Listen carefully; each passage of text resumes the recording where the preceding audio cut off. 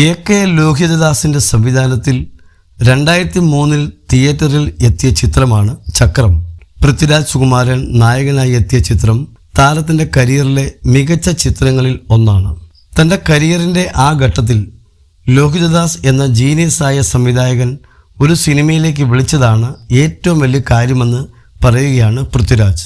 Skylark പിക്ചേഴ്സിന് നൽകിയ അഭിമുഖത്തിൽ ചക്രം സിനിമയെക്കുറിച്ച് ചോദിച്ചപ്പോൾ മറുപടി പറയുകയായിരുന്നു താരം. തന്റെ കരിയറിന്റെ ആ ഘട്ടത്തിൽ ലോഹിതദാസ് വിളിച്ചാൽ ചക്രമല്ല, പകരം ഏത് സിനിമയാണെങ്കിലും താൻ അത് ചെയ്യുമെന്നും പൃഥ്വി പറയുന്നു. സംവിധായകൻ ഭദ്രനെക്കുറിച്ചും താരം അഭിമുഖത്തിൽ സംസാരിച്ചു. ഭദ്രൻ അദ്ദേഹത്തിന്റെ സിനിമയുടെ കഥ തന്നോട് പറഞ്ഞില്ലെങ്കിൽ പോലും ആ സിനിമ താൻ ചെയ്യുമെന്നും പൃഥ്വി കൂട്ടിച്ചേർത്തു. ചക്രം എന്ന സിനിമ എന്നെ സംബന്ധിച്ചിടത്തോളം എൻ്റെ കരിയറിന്റെ ആ ഘട്ടത്തിൽ ലോഹിതദാസ് എന്ന ജീനിയസ് ഒരു സിനിമയിൽ അഭിനയിക്കാൻ വിളിക്കുന്നു എന്നതാണ് ഏറ്റവും വലിയ കാര്യം.